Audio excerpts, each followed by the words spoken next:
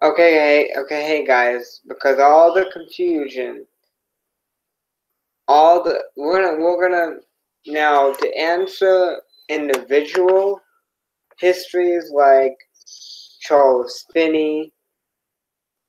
I'm gonna give you answers the answer about Charles Finney and who else?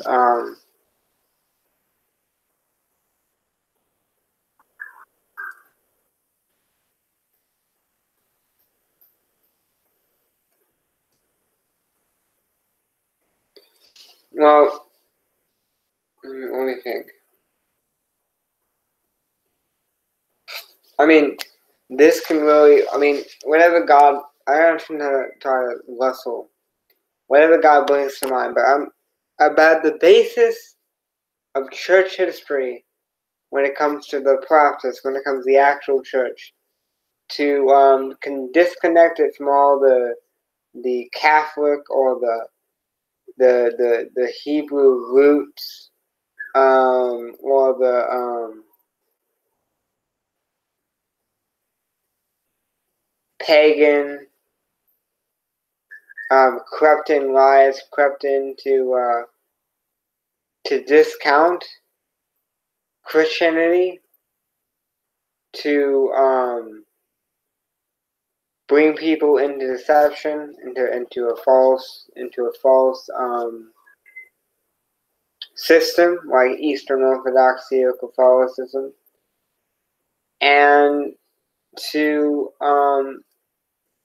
bring in a bunch of doctrine that really cause confusion and attack Christianity and bring people and keep away from Christianity, because if they do history and church history, they can come across history.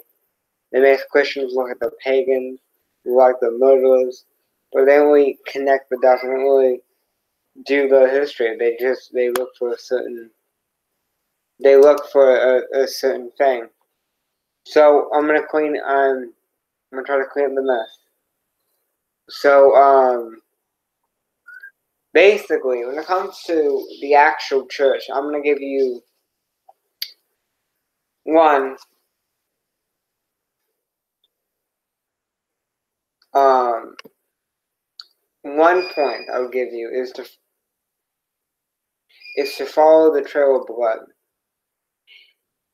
Which ones can be traced to be persecuted? For example, the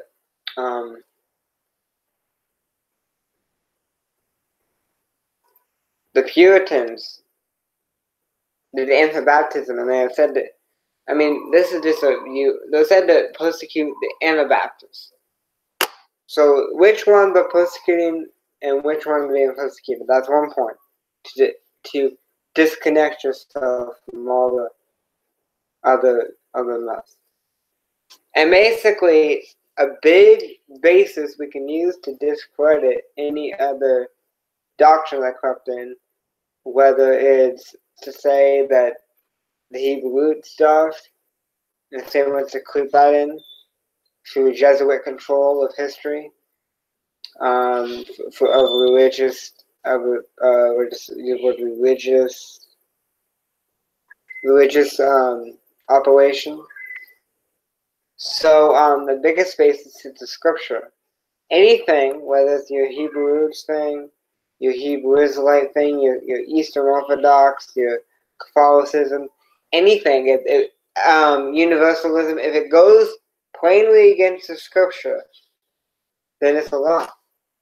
Because we know, even looking at church history, there was Judaizers and Gnostics that crept in the church in history that brought in false doctrine. So, and there was running of documents, and there was all that kind of stuff going on. So who's to say that the people that were brought in the false doctrine made false history up to bring people to false conclusions, attack Christianity, keep people away from Christianity, bring people into false doctrine. Like we see people converting to Catholicism by the historical perspective, the historical revenue, because they have been misinformed.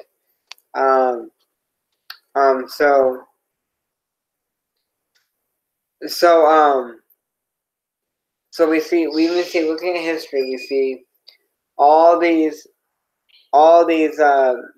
groups, these people, creeping in, and they're giving false doctrine, and the burning documents. There's writing the Bible in Latin. There's confusion in the midst. And of course, the Jesuits and the false teachers at the time, or later on, wrote their own view of history, then to cause confusion and cause harm to the lost and to people inside of let's just say, professing Christianity, or even some Christians get misinformed by this history. But here's the thing: here's the thing. You need to be aware of this deception. Satan attacked the church, and where did the church actually start? We see in Scripture as our basis for early church history is the New Testament. We see that the church started to expand in the book of Acts. That's when we see it. That's the founding of the church. So that would debunk Catholicism and debunk Eastern Orthodoxy. That's the founding of the church. And no, we don't see in the book of Acts they were teaching to handle relics and to kiss dead bodies and to pray to Mary and to go to confession. We don't see any of those teachings in the book of Acts. So our basis for early church history is what? The book of Acts. And we don't see Judaizing, we don't see Catholicism, we don't see Eastern Orthodoxy, we don't see Gnosticism, we don't see any of this stuff. Hebrews taught in the book of Acts, or annihilationism, universalism. We don't see any of this stuff taught in the book of Acts, so we can just dispel all of it as false. They're frauds. So what is your basis for church history? Again, it's the book of Acts. It's the New Testament as a whole. We look at Paul. Well, you're saying, how do you know you're interpreting it correctly? Context. Using context, and to rightly interpret the Greek is to use the context of the English. First, look at the liability of the English translation. Use the context of the English translation and compare it with contextual. You know the tenses. You know the context. These people that just attack all the English translations. Yes, we know that the KJV is messed up. We know it. The King James Bible is historically messed up. The King James Bible had some stuff done with it. It's not that bad though. There was just this is what we know happened to it. There was Greek words that did not exist, or that were put in the King James Bible, like deacon. Deacon, when they exalt deacon as a hierarchy, we do know heavenly hierarchy exists in the kingdom of heaven, so I wouldn't. But and then all this mess with the King James Bible history and how it all came. But people want to focus so much on the King James Bible. There's more than that. There's the Tyndales, there's the Geneva, there's another translation in the English. I mean, you don't only have the King James Bible. We know it's imperfect. But when it comes to doctrine, like Paul doctrine, it's good. It's a good translation. The King James Bible is a good translation. If you want to go to a historical standpoint, that's where and really, if you want to see what's wrong with the King James Bible, I'd recommend a book to you called The Great Ecclesiastical Conspiracy. Now, but let me explain something to you. even if there's hierarchy in the church, even that's a good translation, like just attack, because we see heavenly hierarchy, judges and so on in the kingdom of heaven. So if it exalts the church system or the Catholic Church or tithing, or it exalts the governmental authority, which this was written during that time during the kingship, so people were more lean towards obeying the king, then that's how we spot it as wrong. But you say, well, it is true that you can say, well, the king at that time could have used principles in the Bible and twist them and get people to obey him, to just follow his every whim. Not only his every whim, because they wouldn't do anything. Good Christians during the 1600s weren't that stupid to just obey every single thing the king says. But he could use that to it.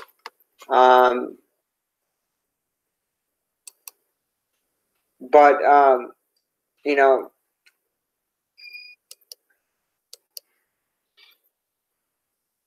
but it's clear.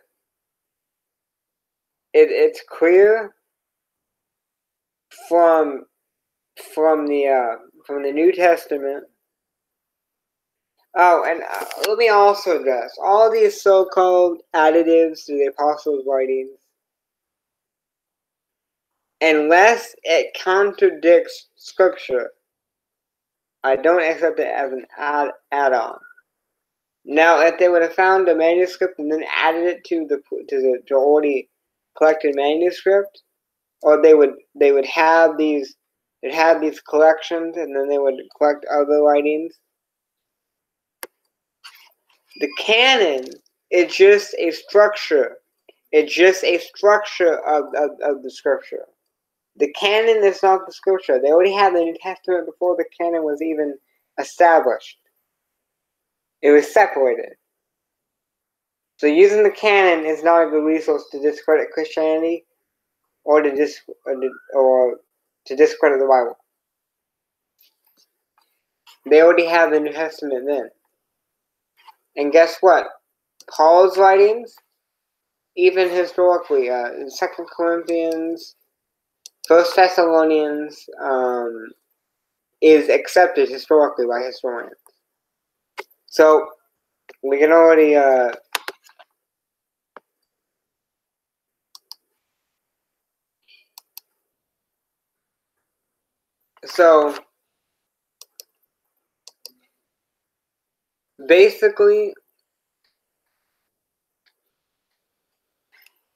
basically, okay. If you want to do research in the King James Bible, I recommend you collect previous English translations. You collect the Tyndale, you collect the Geneva. Now I know the form of Geneva. The Geneva Bible was Calvinistic. I know that, but disregard that.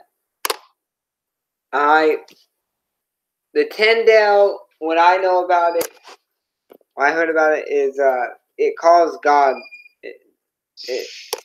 It says some weird things.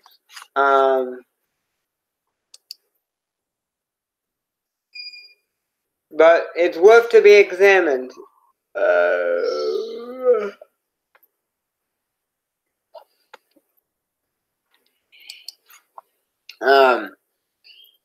But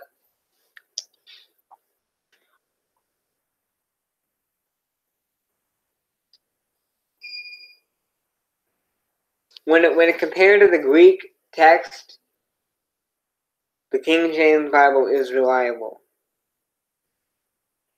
It has flaws in it, but it's reliable.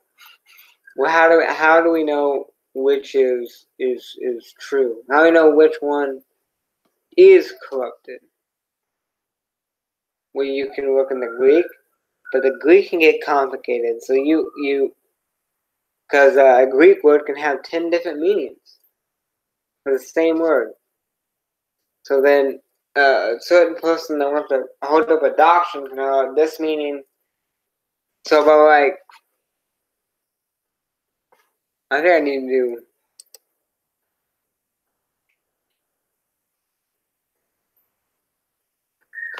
Oh yeah. But people that know Greek, like James White, or people that actually know what they're talking about,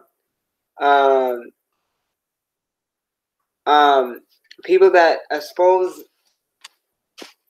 the flaws in the King James Bible would say, they had a historical or authoritative flaws in it, but the main doctrines were not corrupt. The main doctrines are on the up and up. So a person who knows Greek and knows modern Hebrew, at least, James White, that he would. Let's play what he said. I mean, I know what he said. No, I heard about the doctrines, the main doctrines being okay by with like William Wayne Craig or something like that. So the main doctrines are not corrupted, but certain minor things in the King James Bible are corrupted. So it wasn't said by James White. It maybe it was said by like William Wayne Craig that um the main doctrines are good.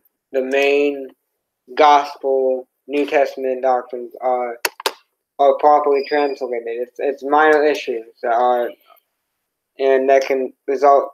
Here, I'll play what James White said. I know something. I know what he said. I'll play what he said, and people are gonna attack me. I don't care.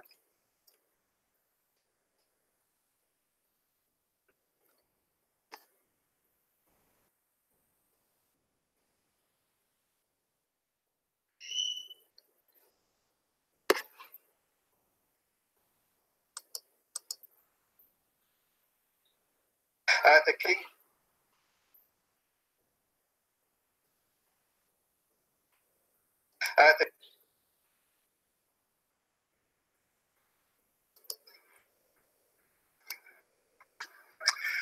The King James Bible is 400 years old this year, and it's sold an estimated 1 billion copies. For some, it's still the only version we should use. For others, modern techniques, modern scholarship has given us. So basically, they hear about William Lane Craig, another apologist, that basically, if you read the history about it, it doesn't the flaws in it doesn't affect the major doctrines. We can trust Paul's writing from the King James Bible. There's some stuff in Rome. There's like authoritative, like kingship, church authority that's messed up in the King James Bible. It's not really major doctrines. The major doctrines are fine. There's more accurate versions. Who's right? Will you change your mind? Well, let's find out as we present tonight's Live at 9 special debate. Should we exclusively use the King James Bible?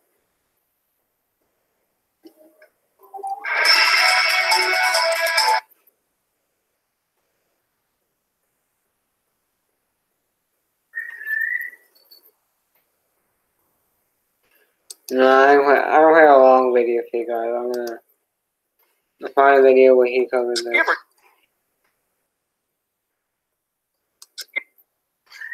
This is a good video. He's a good source. He knows Greek, so and he knows Hebrew. This is an issue. Wow, can we Christians ever go to the mats on this one? What exactly is the controversy? Well, give or take about 500 years, predominantly, the Protestant Church has loved the beloved, and rightly so, King James Version of the Bible.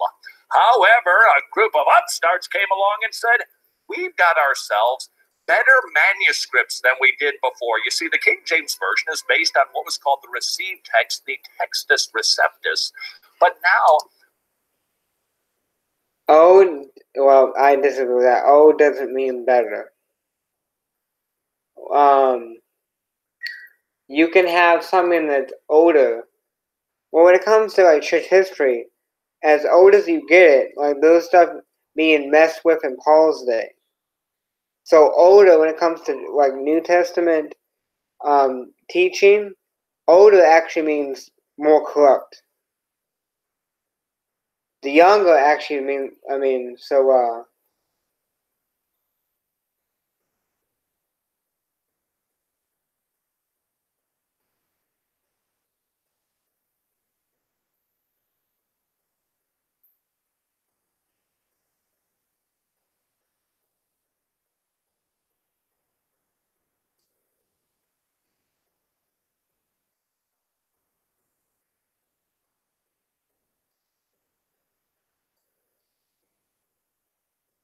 hold on, guys.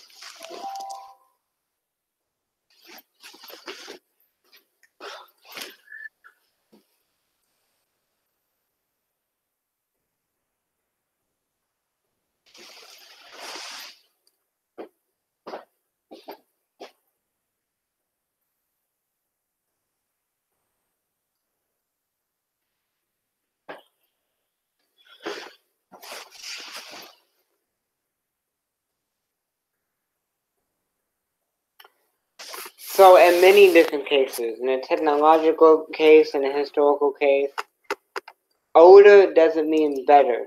Older doesn't, especially when it's for history. When you read the New Testament, older actually means more corrupt.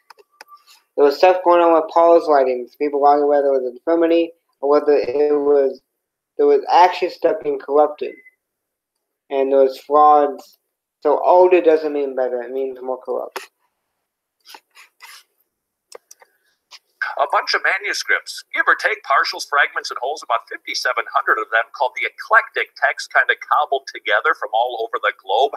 That's the focality issue, that they come from all over the place. We've now got a better manuscript, and so they produced new versions of the Bible, like the NASB, the NIV, etc. It's anything but the King James Version. Well, that doesn't make some people very happy. They believe that the King James Version Bible is really the only English-speaking translation that we should be using. So what do we do with this controversy? Well, we turn to the eminent Dr. James White, who is right here in this here studio, to do a presentation on New Testament reliability. I asked him, he was thoughtful, he was polite, he wasn't trying to be snarky. So for your consideration, the New King James Version, or the Old King James Version, controversy with Dr. James White. Which perhaps brings us to a controversy of the day. Which one of the manuscript or manuscripts is the line that is most accurate? It is the King James Version only controversy. Yeah. Well, one of the things I didn't have time to get into is the fact that when we started producing printed Greek New Testaments, the first printed and how do we know that the old manuscripts are corrupted? Like the Vaticanus and like more than one comes from places like the Catholic Church. So they are fraudulent. They are frauds, texts made by the Catholic Church, made by heretical people like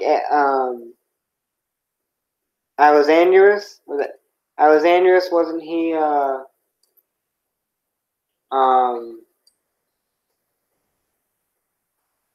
was a modalist, or he was something. So some manuscripts are older that are made by heretical people, like the Vaticanus comes from the Catholic Church, comes from the Vatican. So older doesn't actually mean older, and using contextual, what people would call historical context with Paul's writings. There was stuff going on in his day that was corrupting his writings. So older actually would lean towards that corruption. Younger would actually be better. And how do we tell what is more reliable?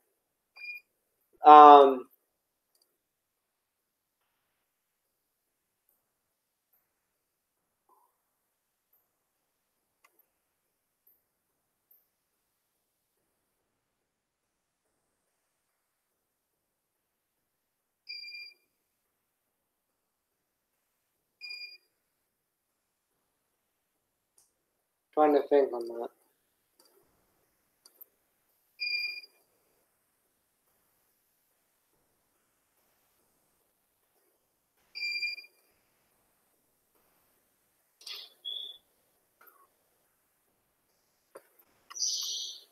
Okay, when it comes to which translation is better, we can compare and contrast with other translations and use theological basis, like when it says in Deuteronomy, in the NIV, if a man says it in in the contemporary Christian version, and in the NIV it says if a man rapes a woman, it's like in Deuteronomy 28. If a man rapes a woman and he gets caught, he has to pay the father 20 shekels of silver, and then he has to marry the woman, and he can't depart from her as long as he lives. How do we test that? We use in the Old Testament, you examine Jewish culture, and you examine how God dealt with people like slavery and stuff like that. Actually, if you did harm to a slave, you'd actually have to let the slave go. So that's not in proper context with Jewish culture regarding the Old Testament, how God dealt with stuff. And that's not in context with what we understand about God and His righteousness and so on. And actually, we see He actually condemned perversion. So you see that in Romans 1, that He condemned perversion. Published Greek New Testament was by a man named Desiderius Erasmus. Erasmus is a Dutch humanist scholar. He rushed his first edition to print because his printer, John Froben, knew that Cardinal Jimenez had already done a multi-volume called the Complutensian Polyglot. But back then, you had to get papal approval before you printed anything. And you didn't have fax machines, and there was all sorts of red tape to go through. So they were sitting in a warehouse. And so Erasmus's printer is a entrepreneur, shall we say. And so he's pushing him to get this thing done, to get it out. As a result, as Erasmus himself said, his first edition was precipitated rather than edited, had a number of errors in it. He went into the book of Revelation. I got to tell this story now. He went into the book of Revelation. He could only find, he thought the library in Basel, Switzerland would have multiple copies. Couldn't find a one. So he borrowed a commentary on Revelation from a friend. And he had to extract the text of Revelation from the commentary. And he got to the last chapter and discovered that the last pages had fallen off. And so what he did is he translated from the Latin Vulgate into Greek for the last 6 verses of the book of Revelation. The amazing thing is, he came up with readings no one had ever seen in any manuscript before. That was in his first edition. That was in all 5 of his editions, all the way through 1535. And to this very day, the King James Version of the Bible has the weird readings that Erasmus came up with from the Latin in its readings in the text of the book of Revelation to this very day. Because it was those 5 editions of Erasmus, the 1550 edition of Stephanus, the 1598 edition of Beza, those were the 7 printed Greek texts that the King James translators used between 1604 and 1611 to produce the New Testament of the King James Version of the Bible. Erasmus only had between 6 and 12 manuscripts. We have 5,700. And so that text that was used for the King James became known as the Textus Receptus. In 1633, the Elzeville brothers put out an advertisement for their printed edition, and they called it, back then, Latin advertisements were in Latin. You can believe that. It really wouldn't work today very well. And Textus Receptus means received text. And so for quite some time, from the 1600s till the late 1800s, that was pretty much the text that was used, even though it had a very small manuscript tradition behind it. Then, as more and more manuscripts are found, you have the drive to create a critical edition of the Greek New Testament. We're using much earlier manuscripts. Erasmus wanted to use Vaticanus. He wouldn't have had any problem using Vaticanus, but it was in Rome. He couldn't get to it. And so, as we found earlier and earlier manuscripts, now our critical editions, which take into consideration not only the Greek manuscripts, but all these other translations, have a much broader textual basis. And so there are differences between that and the Textus Receptus. So if anyone has a King James, And remember, if you had a King James thing, you don't have a 1611 King James. You have a 1769 Blaney revision of the King James. And even then, you've either got the Oxford or Cambridge, and they're not identical to one another. That's based on the TR. The New King James is also based on the TR. Some people think it's a translation of the Jordan text. It's not. It's a translation of the Textus Receptus. So they are going to have, for example, 1 John 5:7, the Comma Johanneum, a text that was not a part of the Greek manuscripts of the New Testament until at least the 1400s. There's going to be those places. And of course,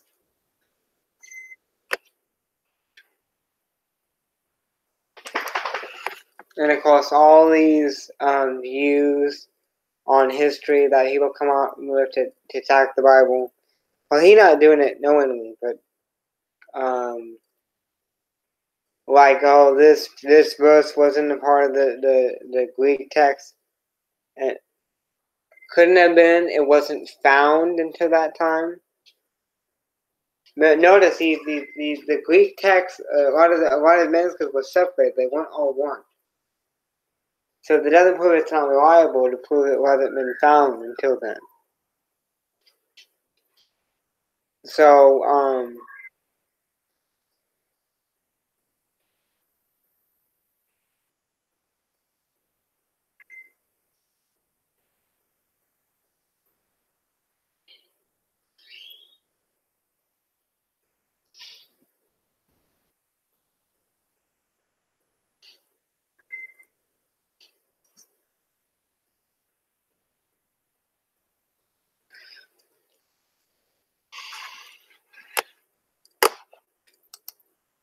but one source you can go on is that let me show you.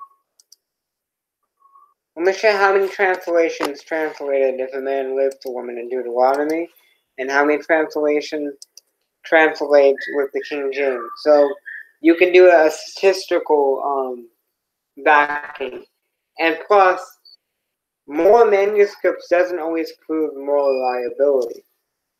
Because in the more manuscripts, you can just prove there's a lot of fraudulent manuscripts in that. So it's more like a genetic, can I call it a genetic fallacy? What he's thinking with the more manuscripts? It would basically, how we know we trust the manuscripts is statistical evidence, and actually examining historical views, examining context and tenses, and using statistical evidence for translations. Let me show you. For example, with Deuteronomy, if a man rapes a woman, let me show you.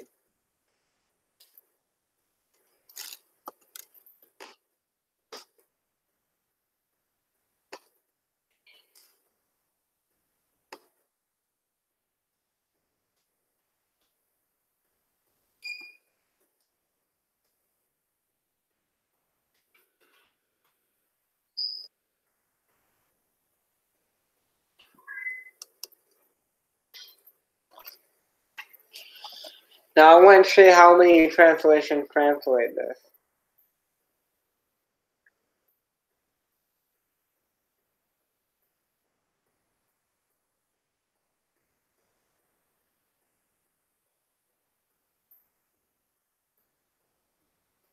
Notice this. So you see it in the IV in a translation that is liberal, that supports the Catholic Church, a translation that's not a Christian translation, but more of a Catholic New Age translation, and with missing verses. See, this whole missing verse thing, or this doesn't belong in this text, is just an attack on certain texts. For example, they attack Mark 9. They attack the canon of Mark. They say up to Mark 9, the scriptures don't belong. Oh, really? So, in the Gospel of Mark and the account of Mark, Jesus' crucifixion doesn't belong in the account of Mark. And quite conveniently, they would attack this verse.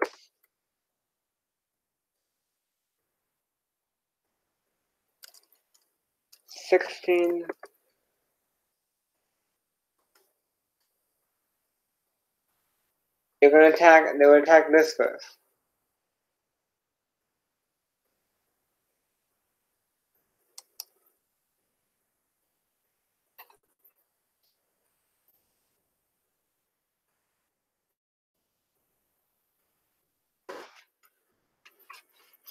So they attack verses with power in them.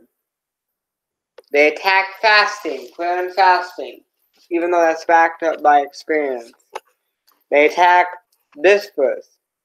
They attack so all these things this was missing until this century. The fact that these arguments are, like, for example, they say, well, the New Testament, John and Mark was written so far apart, 100 years apart, when actually it can be traced. If you want to do an earlier trace of the dates, it can go back to 30 or 70 AD.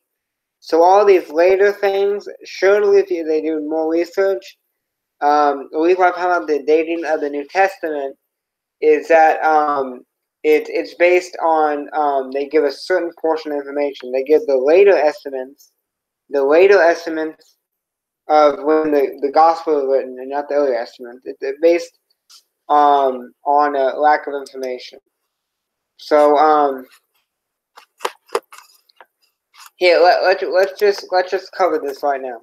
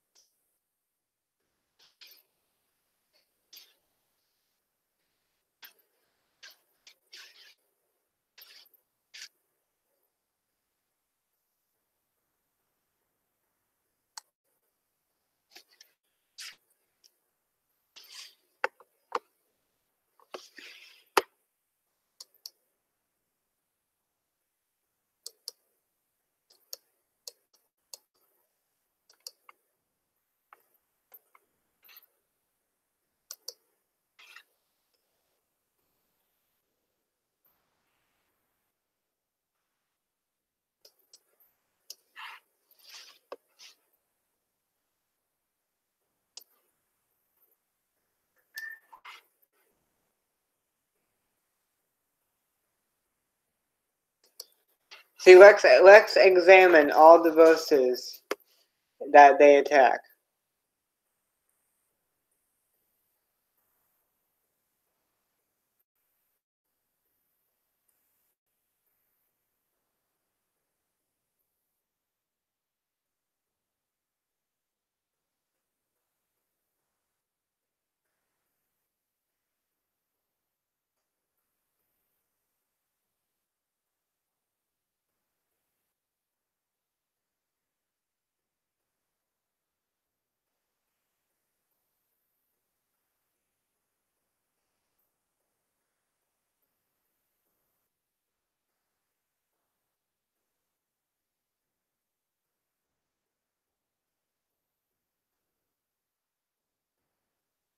So you find, if you examine, so all these verses are deleted from New Age, Catholic, or Masonic, which if you study Jehovah's Witnesses, Russell the Watchtower was a Freemason.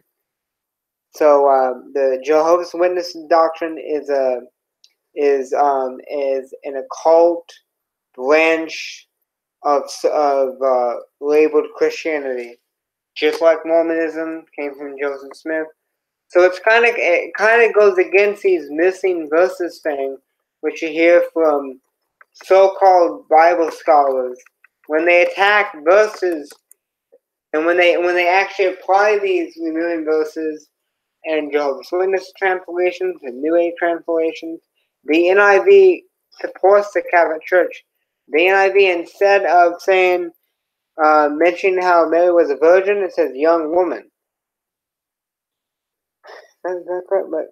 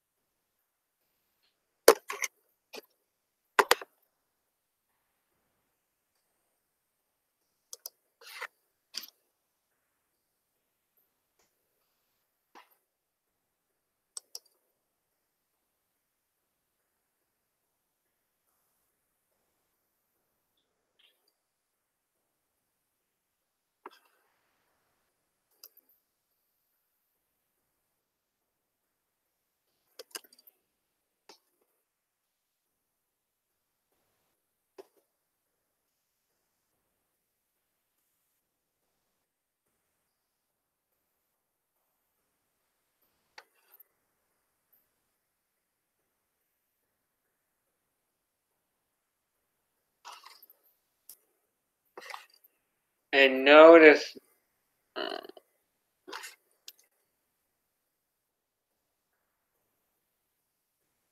no, out of all the verses, why would they attack Mark 16, which goes against Satan?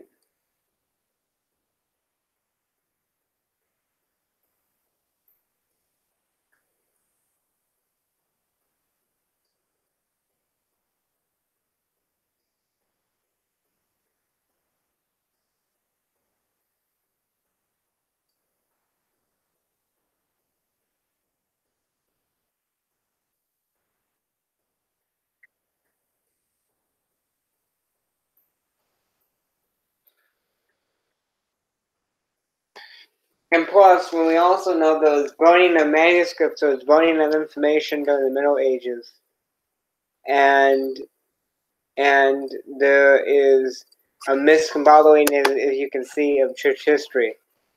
So for anybody to say, well, this verse doesn't belong, if it doesn't, if a verse is said not to belong, but it doesn't teach Gnosticism, it doesn't teach some weird doctrine that comes from paganism, if it doesn't contradict previous scriptures, then you got no biblical basis to say it doesn't belong, especially when this ideology is backed up in New Age or Masonic translations of the Bible.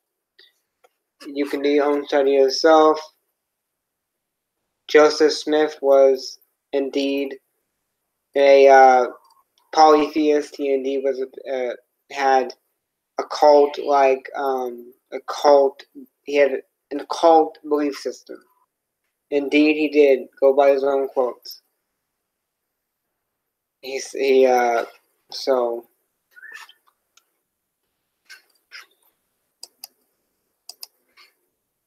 So how do we know what?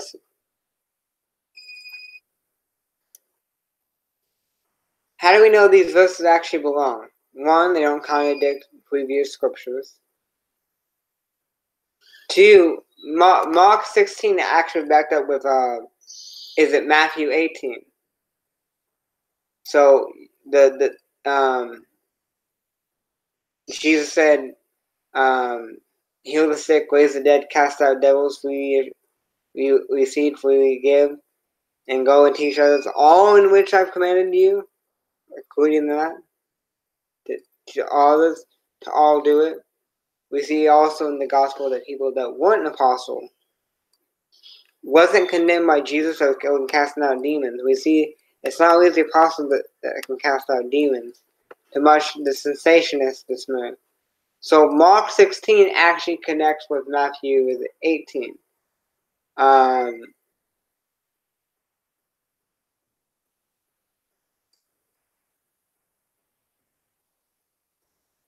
in another place in Matthew. So Mark 16 actually connects and doesn't contradict of the scriptures. So the scriptural evidence that it doesn't belong, that was added, that was forged, doesn't line up. So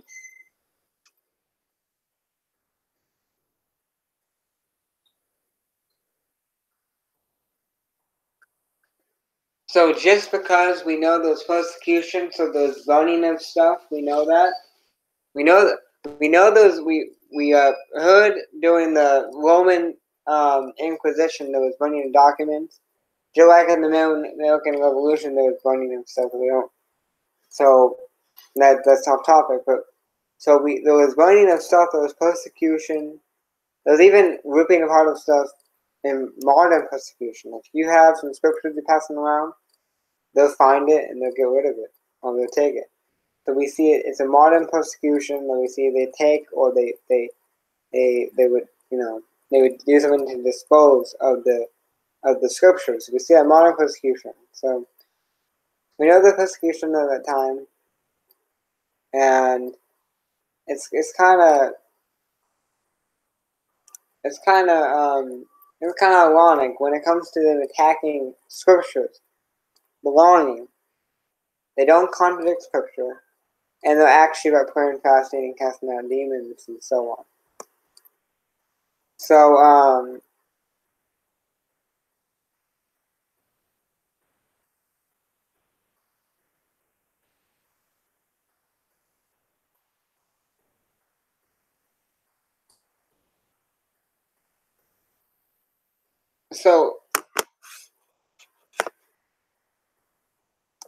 So, even by that logic, if you're going to say, well, even if Mark 16 doesn't belong, I still have Matthew 18.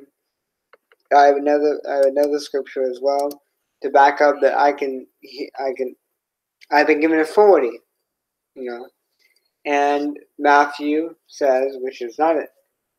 I mean, wait, do they even tag Matthew? Come on, this is so dumb. This is so stupid, like.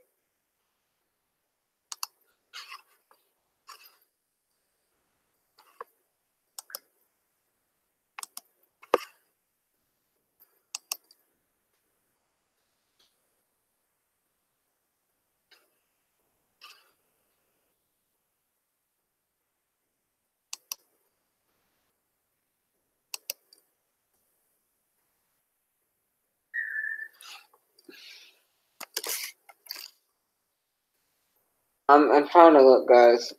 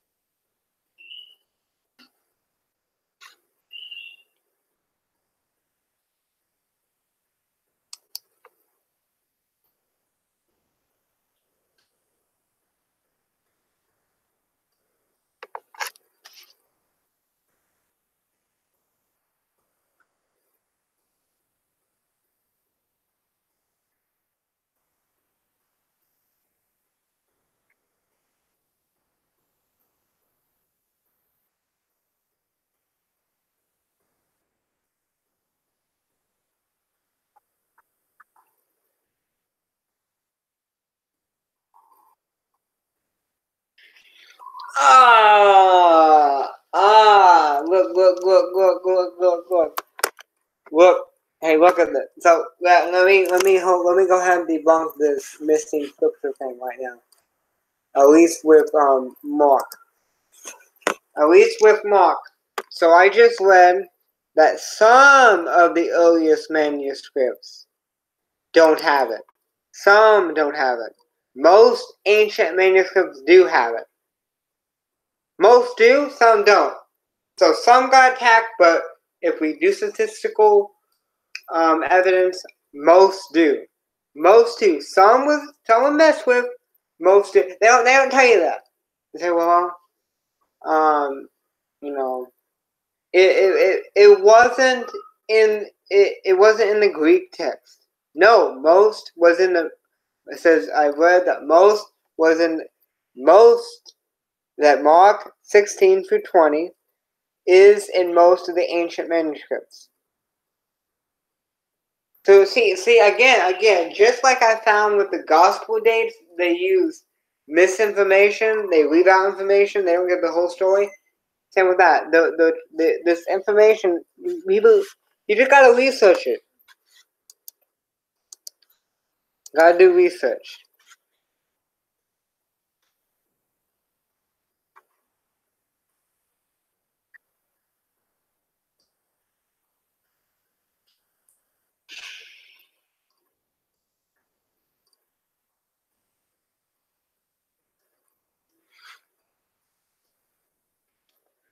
Let me read out the manuscript. So the Antioch collection is at 5,200 manuscripts, which originated in Antioch, Syria. The Bibles that derive from the collection, the KJV, and the new New King James Version include Mark 16:9 through 20 with no disclaimer. The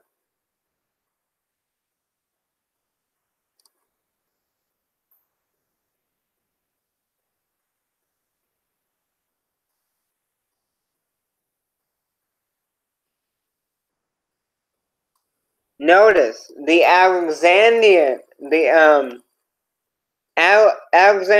we know those heretics crept in the church, they were teaching false doctrine. Notice which one. It says the Alexandrian collection, 45 manuscripts, which were originated in Alexandria, Egypt. Notice how Egypt was a pagan. Hold on, guys.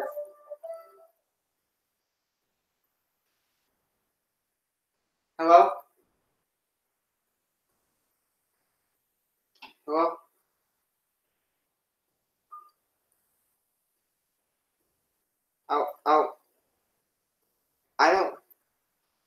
I'll text you and let you know. I'll text you and let you know.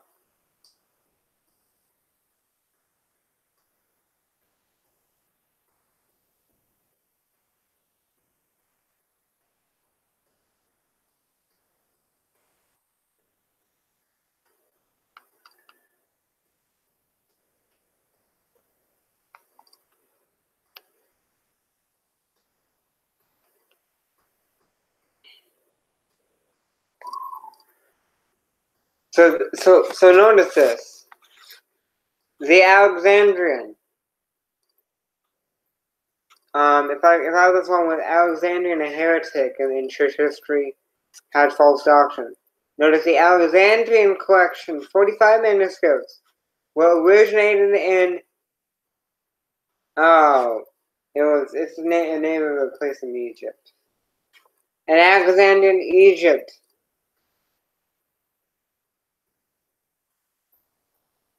And they have some form of exemption to Mark 9, Mark 16, 9:20.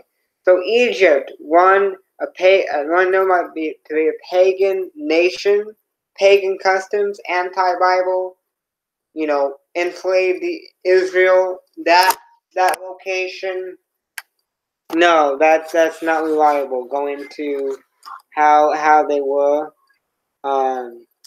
how they treated even Israel, and the customs they had in Egypt, and they still do have pagan customs through Egyptian mythology in Egypt. So that's not reliable. So this whole thing about is not reliable.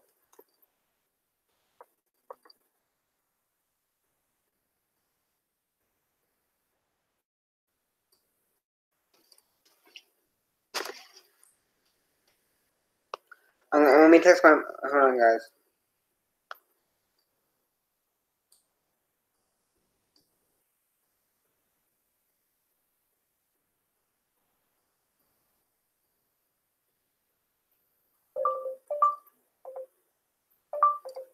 A burrito with guacamole and salsa and stuff, and beans and rice.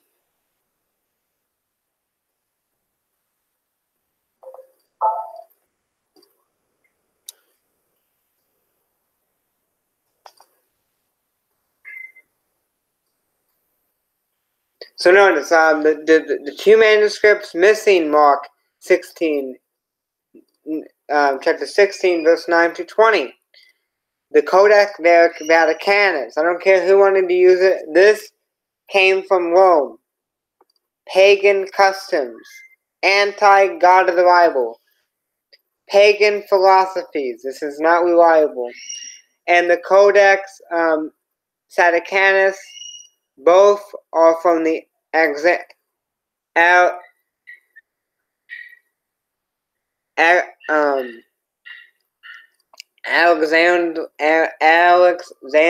line, which do not include Mark 16 verse 9 to 20. So pagan customs or heretical lining is what this includes. So this debunks it. Let's just go against this whole thing. Now, let me read another thing. It is unusual for the passages to be missing from ancient manuscripts. but these omissions are not mentioned in English translations. If there are 100 manuscripts that are read the same and one has a variant, then scholars convenient or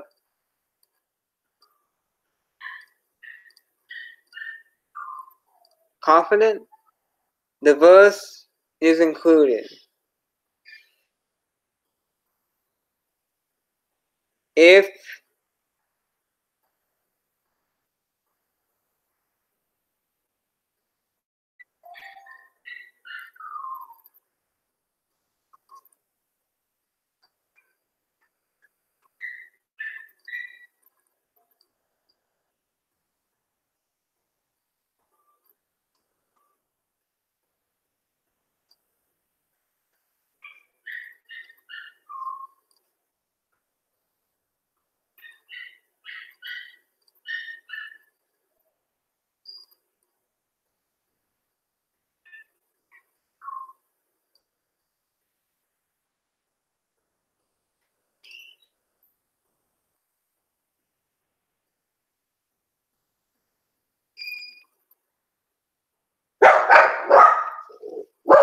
I'm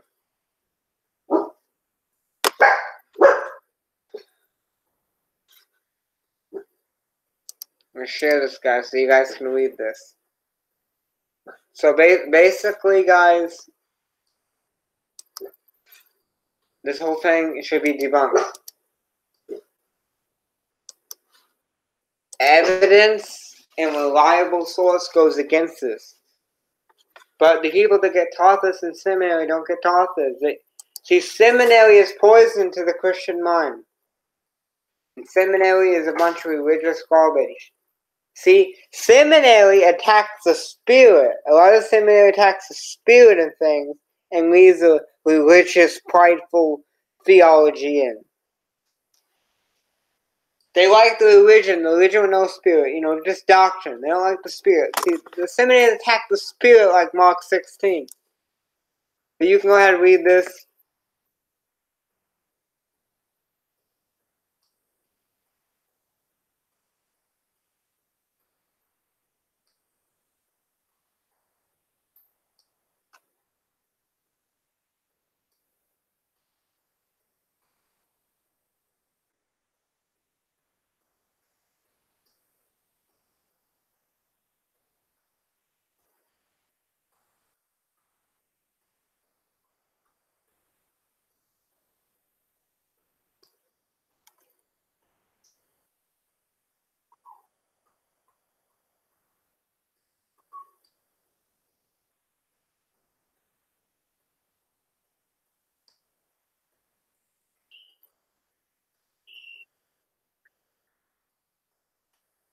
So early Christians quoted Mark before these manuscripts ever existed.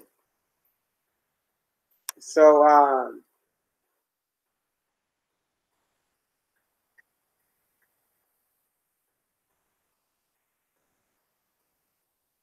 debunked, guys. Just to show you guys that this whole thing is presented out of a lack of information. Misconstrued information, a lack of information. They give one side. And notice they misconstrue that information. This is all taught in seminary.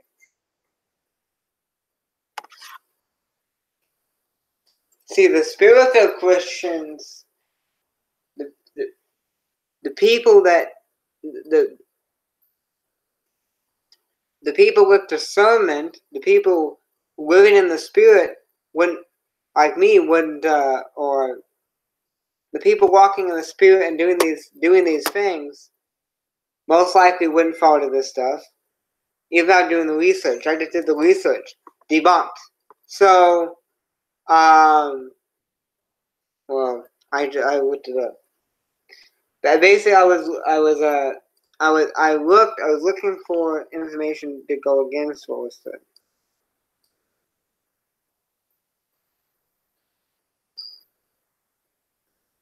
So, guys,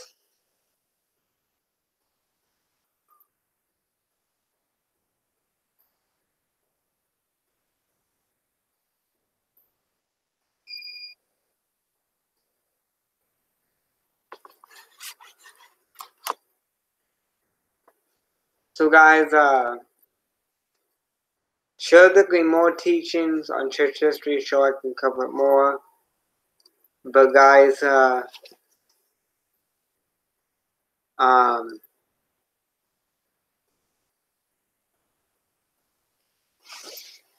notice, guys, that Satan has crept in.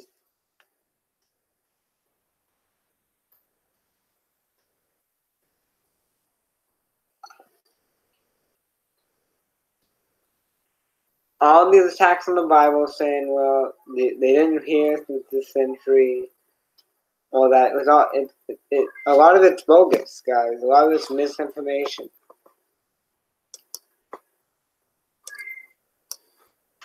So, guys, another thing I'd like to do more stuff. We cleared that up. Hopefully, you read that. Hopefully, you guys will read that and you will see that as well. So, guys,